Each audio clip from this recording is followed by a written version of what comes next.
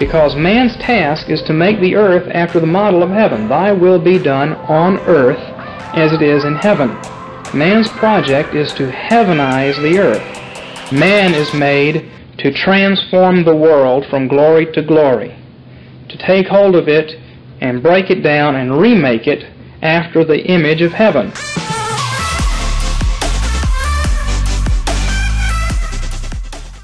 Welcome back to the Reformed Reset. My name is Grant, and joined with me is my beautiful wife, Ericha, the weaker vessel. Hello, everyone. If you guys want to get to know more about what we do at Take Hold Studios, go check out all the links below. You can become a patron, is what I meant to say.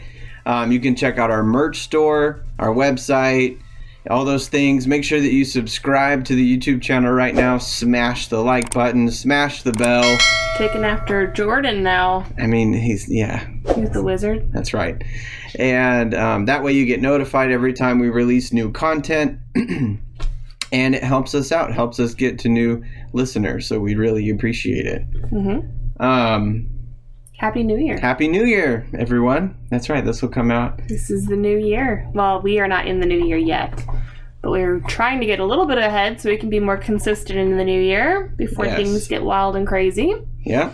School picks up again, and the break is over, and the snow really begins to fall here in Maine. We'll see. January. It's not looking like there's going to be much. No, this has been a really mild It doesn't winter. feel like Maine in January. Well, it's not January, but you know. The forecast doesn't seem like Maine in January. So last year was significantly colder and snowier. I know. So we'll see. We'll see what happens. I feel like there's more things to announce or something, but I really don't. I don't think so. I'm blanking. So just make sure that you guys are checking out the script flip content that we're putting out, where Jordan Brand interviews me and we answer a bunch of questions, and the dial-up with the weaker vessel, and that's with Sandra Rowlett too. Ericha and her have some phone conversations. Sandra Rowlett also. Yep. Get the spell check. Yeah. Grammar check. Rowlett too. Sounds like a Indian last name or something. Rowlett too. Oh yeah, it does, doesn't it?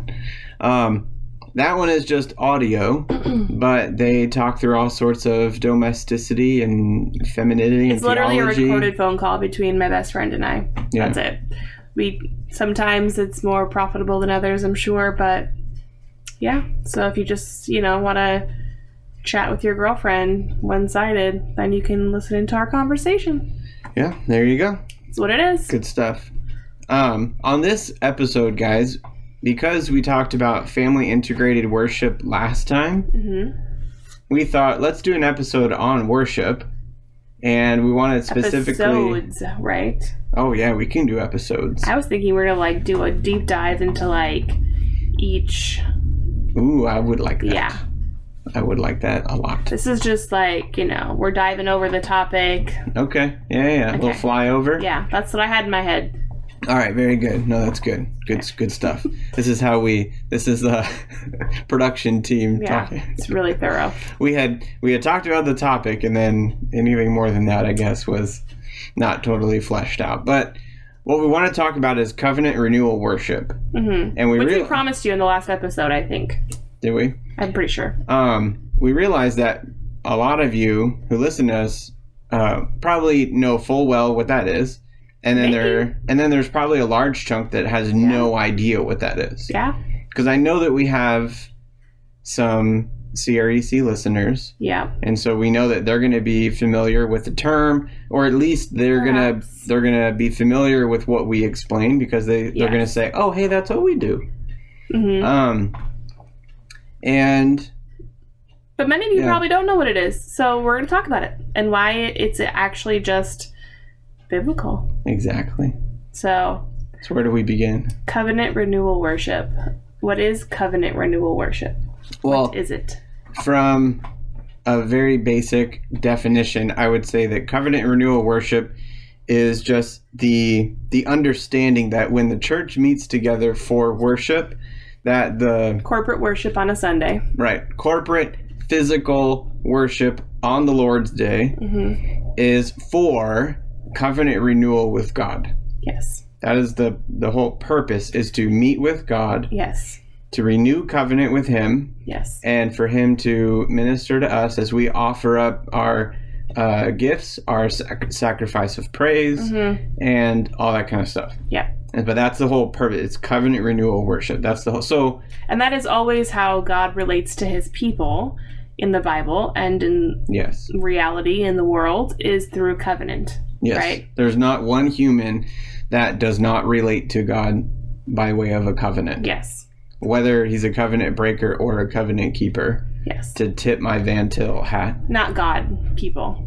Yes. Said he. Oh, I meant the people or the individuals. Yeah, mankind. God is never a covenant breaker. No. But mankind, whether a covenant breaker or covenant keeper, they're either in Adam or they're in Christ. Yes. And so if they're in Adam, they're a covenant breaker. In Jesus, they're a covenant keeper. Yes. And when we worship, we come as people who are in Christ, and it's to renew covenant with God when we worship him. So you say renew covenant. My mind instantly goes to like a vow renewal. Do you think that is an appropriate way to think about like renewal? Is that how you're meaning the term renewal? Like a vow renewal?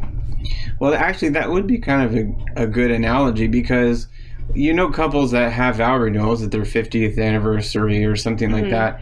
And when you go to one of those things, you never think, oh, their marriage wore out. Right, the vows expired. Yeah. So whatever you think about a vow renewal, you don't think their vows expired. And so they have to like renew, like you renew your driver's license or something. A lease. Yeah. And that's good. That's a really good analogy. I would also point people to look at how the Bible talks about renewal. Right? Let's stick to biblical language. Let's think biblically, or think like Christianly. Renewing your mind. Right. It doesn't mean your mind is like trashed and turned off and you get a whole new. No.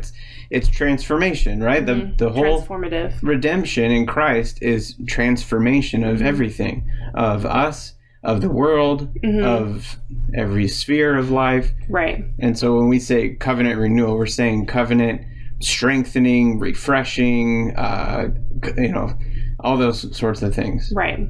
Which is what a marriage renewal or vow renewal does, right? It's kind of like you remember back, you remember those vows first made. You're not making new ones. You're building upon the old ones. Right. Should be, if it's not off the rails. Yeah. And every analogy breaks down at some point as well. So don't carry that one, farther than it should. Okay. So covenant renewal worship then is God's people meeting with God at corporate worship on the Lord's Day. Right. To renew covenant with him. Right. And the pattern, so there's a skeleton to a covenant renewal worship service, and it follows the pattern of how God creates and how God makes covenant with man. Okay. And it's God takes hold of something. So it's a blueprint. Yes, it's a blueprint. Skeleton kind of has negative connotations, like there's skeletons. Oh, that's true. I just meant like the framework. Oh, I was waiting for a controversy. Oh, no. But you do come and die, so that might be a great analogy. That's true. So what God does is, and this is actually, James Jordan is profoundly helpful on this topic. I mean, he's Yoda, so. Read his book, From Bread to Wine, his books on worship. I'm reading through an old set of essays of his right now on worship. His book, Through New Eyes, talks about some of this stuff. Jeff Meyer's book, The Lord's Service, is totally built upon the theology of James, and then some. Meyer's book is fantastic. And he's not CREC even. No, he's PCA. So. Yeah, Jeff Meyer's book is like, for covenant renewal worship. It's wonderful. Yeah. And he includes so much more into his chunky book on it. But God, it's so nice. It's fun. It's a chunky book. It's got good. It's a good thick book. So much. Much is good in that one.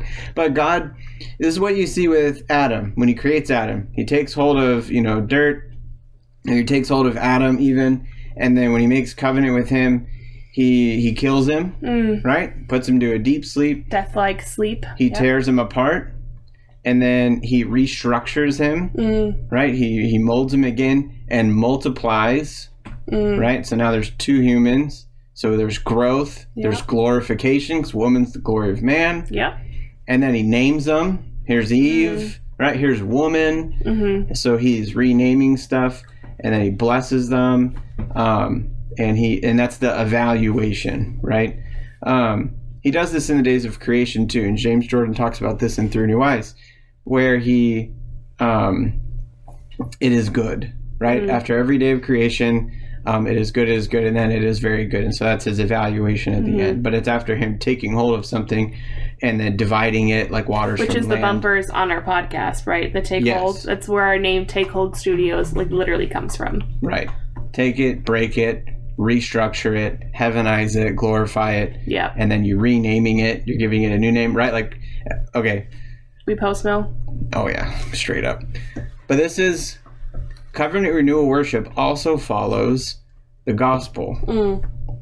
So, do we want to talk about the 5 parts and then we'll just get into each part each episode, or do we want to hold off? No, let's not talk about the 5 parts. Let's leave it at be a little teaser. No, I feel you. There are 5 movements, I guess you could call them, right? Movements or steps or whatever. Right. We'll get into each one of those in the following episodes. Right. And those follow what we see in the Levitical sacrificial system. And we'll do a deep dive. That's what we'll do. We'll take each one and do a deep dive into where we find this pattern in Scripture. And why it's essential. Why each step is essential. Because in our opinion, if you leave out some of these steps, it's difficult to call what you're doing worship. Well, that's literally how some cults form. When you start mixing... Okay. So, and this is part of why this is so important. There are a lot of ways that people will do a worship service, right? Yes. And I think anyone who has listened to us for any amount of time will know that how you worship matters just as much as who you worship, right? Yes. That's very well said. You can worship Yahweh, but if you're worshiping him in a wrong way, you can still die. The earth might open up and swallow you. That happens a lot, actually, more than once. So how matters just as much as who. And I feel like this is a thing that a lot of modern evangelical Christians don't quite grasp. They just feel like so long as you worship the one living and true God, it doesn't necessarily matter how you do it. Right. Just as long as you do it. Right. It's left up to the imagination. Yes. I'm glad you said that. And this is a product of Rousseau, Enlightenment, and Romanticism's thinking that whatever, as long as my intentions are pure and good, whatever that means, right? Well, I intended to worship God faithfully. Right. And it's but you didn't. Right. Do it according to his word, so you didn't do it faithfully. Right. And our culture balks at that because it's, what about my intentions? I intended to be good. I wanted to be good. Right. As though the rawest form of this inner self, right? Whatever the expression of the inner self is, that's the best version of yourself. And so long as you offer that version, that best raw, uninhibited version of yourself, then that's true worship. Exactly. It's no, that actually can, lead to death. And so probably don't do that. Probably be a little bit more intentional about what you're doing. Well, and it gets worship backwards. Worship's about God, not you. Not about your inner self. Yeah. And we know from Scripture that all that is in us is sinful anyway, unless it is of Christ, right? Right. Unless it's from Christ, it's going to be marred with sin. And so this idea that you can just dig down deep into yourself and find a true expression of love or admiration or worship or whatever you want to call it and think that's going to be good enough. It's straight up pagan. Yeah, that's real bad, guys. That's real bad.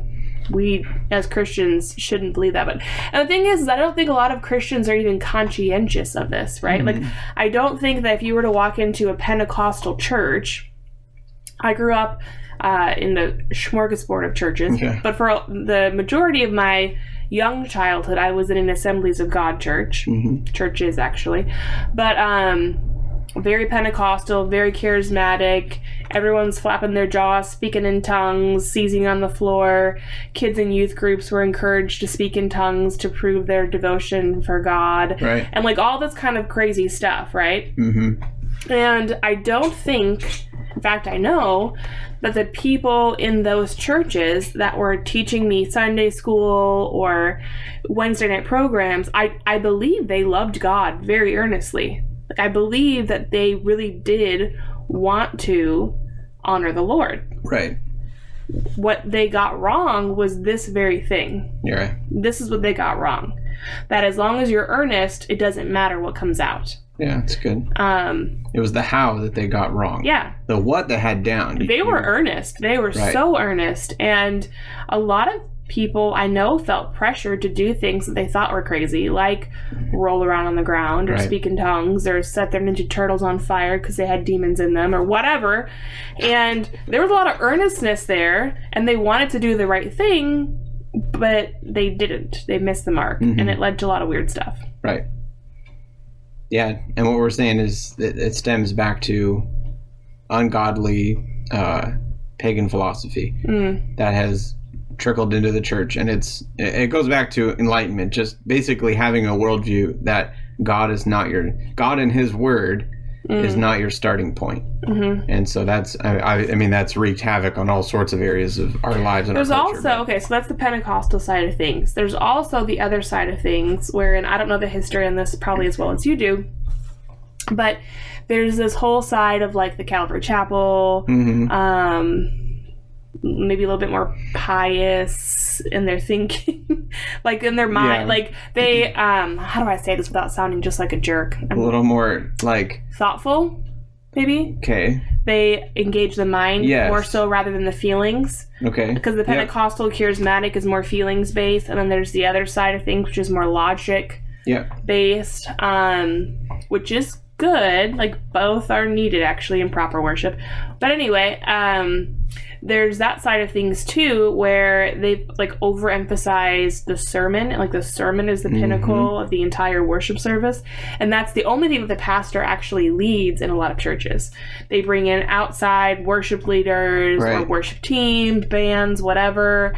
They lead worship. That's a separate thing, almost like a separate, like a concert or like a performance before. Well, it's a secondary activity. And that is to like kind of get your feelers going and like really get you into a spiritual mindset. Right. So that when the pastor comes on and starts preaching, you're ready for the important. You're ready for like the logical, important part, right? And so that's why a lot of pastors will, in Calvary Chapel at least, they'll preach an hour. Right. Because that's the most important part of the sermon. The worship is good, and like they would certainly have like whole worship schools and stuff. Like they find it valuable, but it's not as valuable as the sermon. Right. Nothing. Yeah.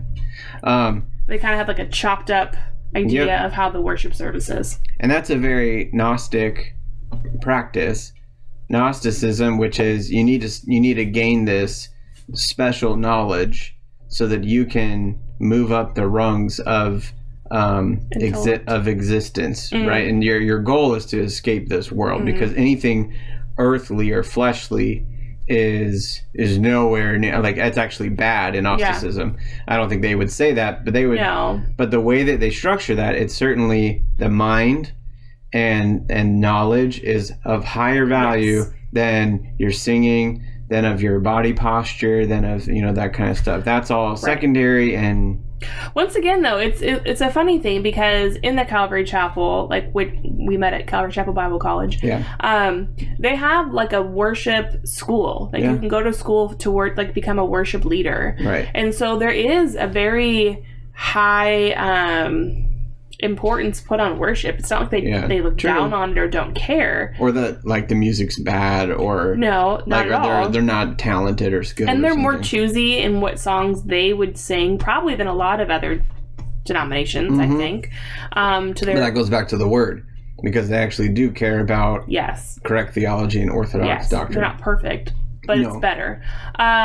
Anyway, but it's funny because there still is this like disconnect that like now being as far removed as we are, I can look back and say it is funny because we all would say on a scale of 1 to 10, sermon matters 10 and worship is like a 5. Yeah. Right? And you would call it worship. Well, yeah. As though the sermon isn't worship. Right. And nothing else you do is worship. Just the singing part is the worship. Yep. And so it's all sort of disconnected and discombobulated, which is funny because it actually is a visual symbol of their theology. Like, they are very dispensational and chopped up. So, like, their worship service is very chopped up and sort of disconnected. Yeah. Things being fragmented is normal. Yeah. Does that make sense? Yeah. No, I hear you. Okay. No, that was a good point, hon. Yeah, so that's now that thinking just goes back to the modernism of Enlightenment thinking that man can discover truth on his own. So as long as he just applies his mind, then he'll be able to discover truth. Well, Romanticism was the opposite side of the coin, where emotions and experience were more so the rule than intellect. And then postmodernism basically said, well, I guess we're doing a poor job at finding truth, so that truth must not be attainable. So, you know what, your truth is your truth, my truth is my truth, and let's see how this goes. Well, we're living in how that does not go. Yeah. But yeah, the Calvary is the modernism, Enlightenment side of it, and then Pentecostal charismatic practices would be the Romanticism. And these are just the denominations that we grew up in and are very familiar with. Personally. There are other, I think a lot of Baptist churches would probably fall into the one side or the other, really, right? That's true, yeah.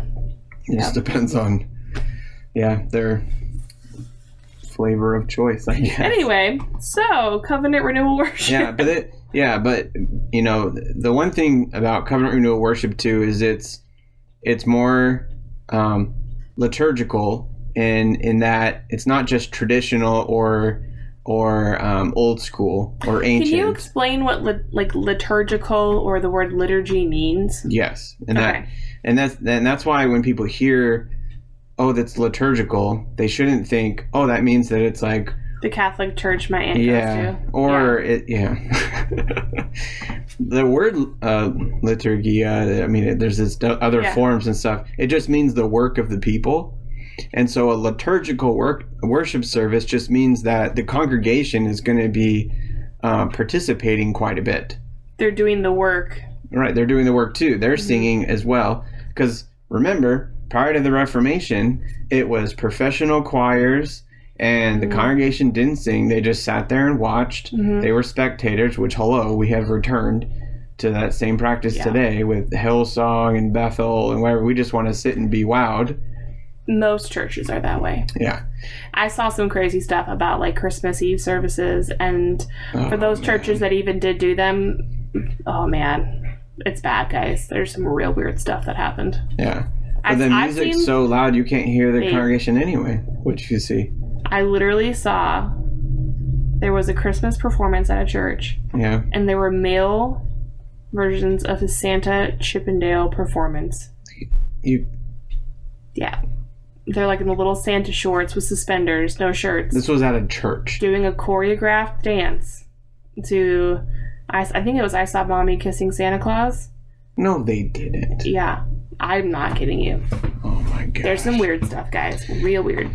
Well, any church that didn't meet Sunday morning for worship, are they really a church anyway? No, and they probably closed for COVID too, so. Right. So it is just a club, whatever. But anyway, in a liturgical worship service, it's going to be a lot of response from the congregation. You're going to hear the congregation singing because there's not a band or a choir drowning them out. Yep. There's going to be participation in confession and all that kind of stuff. You're going to be involved a lot. Creeds, confessions. Yeah, we're going to recite creeds together and responsive readings. Right. Yeah. After every Bible reading, it's the word of the Lord. Thanks be to God, the congregation would say. Like, there's a lot of involvement. And it's because the congregation does need to be actively working or involved in the worship of God. We're not just watching as the high priest does all the work. Well, and even in the sacrificial system, The high We'll get priest. into some of this, I guess, huh? Well, I would just say that you do see the worshiper participating still. And we'll look at that for Absolutely. each movement of the service. But the worshiper was part of it. Yep. Not only did he have to go to the temple Right. and bring an animal. He was called. Huh? He was called to worship. Right. You're jumping the gun. But, so it's liturgical. Worship of God is always involved. Cain and Abel, right? Yeah. They were a part of it. They were doing it. They didn't have someone else, you know, the priest or whoever just does all the, you know, all the stuff, and we just stand by. We're not spectators. So that's liturgical. If you hear liturgical worship service, that's what that means. And there's good liturgies and there's bad liturgies. Well, there's liturgies that are biblical and there's liturgies that are not. So just because you hear, oh, it's a liturgical church, doesn't mean it's a good liturgical church either. Right. Because what work is being done could be bad. That's exactly true. So it could be bad work. it could be bad works. Anyway, I had a question for you the other second. What was it? Oh, I totally forgot. Okay. Anyway. I will say, as we launch into this, there isn't one cookie cutter way of doing it. You can do it poorly and you can do it well. But there isn't just this cookie cutter, here's the template, everyone follow, one size fits all. But also, this was something that the Reformation recovered, and I kind of alluded to it a minute ago with the singing, but worship was falling apart in the Roman Catholic Church prior to the Reformation. Too, if you go to the average evangelical church in America. Right. Yeah, and the Protestant side of it has just done what RCC did prior to the Reformation. They've totally ruined it. It's a mess. No one knows what they're doing. It's a show. Yeah. People don't pay attention. People don't care. People don't care if they go or not. It was the same thing that was going on in the Roman Catholic Church prior to the Reformation. Yeah. Yeah. People don't care if they're not taking the Lord's Supper. Yeah. Right? So that's why we thought this is important. This is good to have this out there, to really talk about this and the importance of it. And hopefully throughout this series we can talk about how God has, at least I know for me, since we've been married, right before we got married, God really did start to show me the importance of just worship, and then just every aspect of a worship service. It's not just the sermon. The Lord's Supper is crucial. Yep. It's not a take it or leave it or monthly. Yeah, and that's kind of what we were referring to earlier when we said, like, the sermon kind of became the end-all be-all part of going to church on Sunday. Right. The worship was cool. If you got to take the Lord's Supper, I mean, that was fine. It happened like once every 6 to 8 weeks, maybe, if you're lucky in those churches. And so it just sort of became like, well, how was the sermon? Right? Exactly. Like if you are a very pious Reformed Christian, usually someone will ask you, like, oh, what did your pastor preach on? Right? Like, yes, that's the gut. Well, what's put on a church marquee? Yeah. Sunday sermon. Yeah. How many church marquees have you seen that said this Sunday is Lord's Supper Sunday? Right. I've never seen that. Right. So there's where we're at. Yeah. Communing at the Lord's table is meh. And because I think we have had such an emphasis on the sermon, it turned the sermon into some weird consumeristic thing as well, wherein you are sort of like, you are kind of the spectator. Yeah. Like you're going to the movie theater and you're like watching a show. Yeah. And if you like it, it's great, but if there's like, if the sound effects were kind of crummy or the visual effects were crummy, it's a mark against, whatever. And then in the end, you kind of have this like score sheet of like Rotten Tomatoes. Oh, he did pretty good on this. I didn't like his point on this. This was confusing. That joke fell flat. Was weird. And it kind of is like you become almost like the judge of the pastor, right? And you get to give him a score and how well he did on his sermon. Yeah. And it's true. Even in Reformed circles, that is the way a lot of people are, right? Like, there's no real authority that's coming from the pulpit. There's no real authority from the pastor a lot of times. Literally, you get to be your own little Berean and decide whether or not you're going to listen to that particular sermon. That's true. Because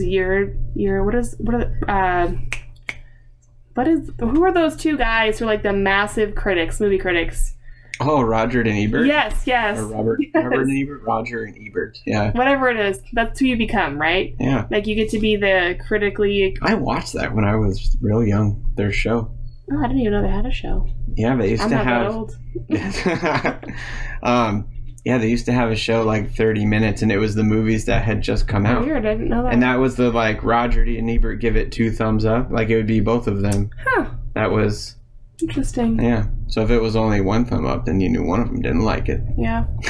It's funny. But you're right, though. And the other faulty thinking that goes into the sermon is elevated above all these other elements is still that Gnostic modern thinking of I'm just a receptacle that needs information dumped in. Yeah, it's like a podcast. Like, basically, it's a live podcast. Right. And so I just need... My problem is not my own lack of faith or my own lack of obedience, my own laziness or my own whatever. My problem is I don't have enough information from good preachers. Yeah. And so I need to sit and consume, and then I'll achieve a higher level of holiness now that I've got the right information or the right sermon. Mm-hmm. You know, he just said the right joke, told the right story. There's no acknowledgement of sin in the individual whatsoever, wherein it would keep you even from sound word being preached because there's sin in you that would, repel. Yeah, if someone's like, correction. Oh, no. Yeah, if someone's discontented with their pastor's preaching, it'd probably be wise to ask them, oh, what sin aren't you repenting of? Mm-hmm. That's probably what's blocking you. Like, if you're going to a good, solid Reformed church and you don't like whatever your pastor's preaching on, it's probably because there's something in there that you are resisting in a sinful way. Yeah. No, that's probably true. So. All right. Are we going to cap it? Cut her off. Yeah. All right. Sounds good. So, guys, we're going to jump into this Covenant Renewal Worship. We're going to do a series on this. We'll go step by step through the service. We'll talk about how it relates to biblical theology, how it relates to the gospel and how we've been saved. We'll look at the Bible and where we see it, because it's all there, guys. It's all there. I hope we've whet your appetite. Yeah. A little bit. So stay tuned. It's coming down the pike. All right, everybody. Again, hit subscribe, hit like, hit the bell, share it with your friends, share it with someone who has questions about worship. Or Reformed worship styles, or CREC and how those crazy people do worship. It's not just us, though. No, that is. It's mostly us, but it's not just us. Well, we do it best. It is a distinctive in our denomination, though. Yes, it is. It is. What did I say? It is a distinctive. Distinctive. Right? Okay. Yeah. I thought I said that, but then I thought maybe I said something else. But... No, it's like a position we hold, really. It's on the books. Yeah. Look it up. You can go to the website and see that. Anyway, so come back, and it's going to be a lot of fun. Until next time, take hold and reorder creation by first reforming your home, and Happy New Year. Bye. But on the basis of grace and on the finished work of Jesus Christ, the project is back and forth, and the destiny of a new transformed world is assured.